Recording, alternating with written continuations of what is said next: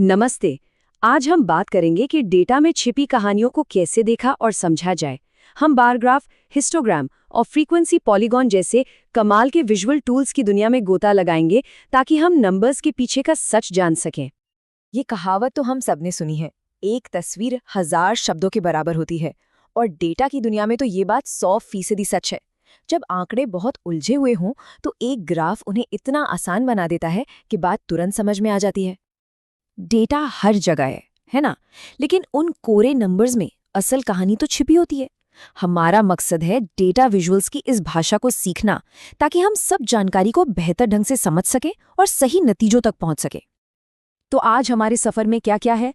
हम अलग अलग कैटेगरीज को चार्ट करना सीखेंगे, फिर कंटिन्यूअस डेटा को देखेंगे, एक धोखेबाज हिस्टोग्राम के जाल को समझेंगे, डॉट्स को जोड़कर एक नई कहानी बनाएंगे और आखिर में अपनी खुद की एक विजुअल डेटा टूल किट तैयार करेंगे। ठीक है, तो चलिए शुरू करते हैं सबसे जाने पहचाने चार्ट के साथ, जिसका नाम है बार ग्राफ। तो बार ग्राफ होता क्या है? ये डेटा को दिखाने का एक तरीका है जिसमें हम एक जैसी चौड़ाई वाले बार बनाते हैं और उनके बीच में बराबर की जगह छोड़ते हैं।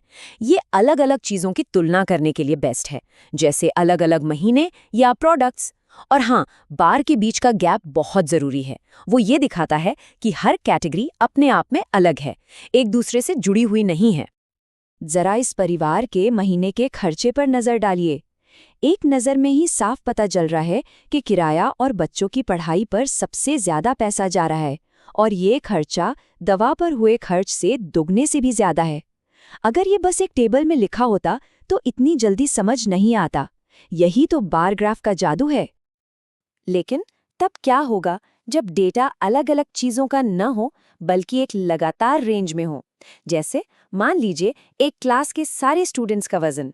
इसके लिए हमारे पास एक दूसरा बहुत पावरफुल टूल है। और ये स्लाइड इन दोनों चार्ट्स के बीच का सबसे बड़ा फर्क एकदम साफ कर देती है। बार ग्राफ में गैप होते हैं क्योंकि आइटम अलग अलग हैं, जबकि हिस्टोग्राम में कोई गैप नहीं होता क्योंकि डेटा लगातार बह रहा है। मतलब जहां एक रेंज खत्म होती है, ठीक वहीं से दूसरी शुरू हो जाती है। इस हिस्टोग्राम को देखिए, ये 36 स्टूडेंट्स के वजन को दिखा रहा है। ध्यान दीजिए, सारे बार एक दूसरे से चिपके हुए हैं, जो दिखा रहा है कि डेटा कंटिन्यूअस है। और एक और बात, यहाँ बार की चौड़ाई भी बहुत मायने रखती है, क्योंकि वो उस पूरे रेंज को दिखाती है जिसमें डेटा फैला हुआ है। अब एक बहुत ही मजेदार चीज पर आते हैं, कैसे एक सीधा साधा दिखने वाला चार्ट हमारी आंखों को धोखा दे सकता है, खासकर तब जब उसके सारे बार एक ही चौड़ाई के न हो। इस ग्राफ को जरा गौर से देखिए। ये स्टूडेंट्स के टेस्ट कोड दिखा रहा है। पहली नज़र में क्या लगता है? 70 से 100 वाला बार सबसे ऊंचा है, तो लगता है कि ज्यादातर बच्चों ने बहुत अच्छा स्कोर किया है। लेकिन ये तस्वीर धोखा दे रही है। तो सवाल ये है कि क्या ये चार्ट सच्ची कहानी बता रहा है? सोचिए जरा। नहीं, बिल्कुल नहीं। जो दिख रहा है वो सच का सिर्फ एक हिस्सा है। और यहीं पर आता है हिस्टोग्राम का गोल्डन रूल। वो ये है कि डेटा को सिर्फ बार की ऊंचाई नहीं, बल्कि उसका पूरा एरिया यानी क्षेत्रफल दिखाता है। जब सारे बार बराबर चौड़े होते हैं तो ऊंचाई से काम चल जाता है, लेकिन जैसे ही चौड़ाई बदलती है, हमें ऊंचाई को एडजस्ट करना पड़ता है ताकि एरिया सही कहानी बताए। ये टेबल पर्दे के पीछे का वही गणित दिखा रहा है।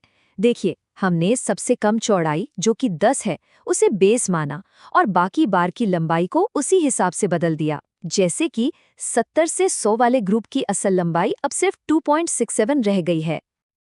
और ये रहा सही किया हुआ चार्ट। अब जब बार की ऊंचाई को ठीक से एडजस्ट कर दिया गया है, तो ये स्टूडेंट्स के प्रदर्शन की एकदम सच्ची तस्वीर दिखा रहा है। देखिए, अब कहानी पूरी तरह से बदल गई है ना? चलिए, अब अपने आखिरी टूल की तरफ बढ़ते हैं और देखते हैं कि ये उसी डेटा से एक कैसे अलग तरह की तस्वीर बनाता है।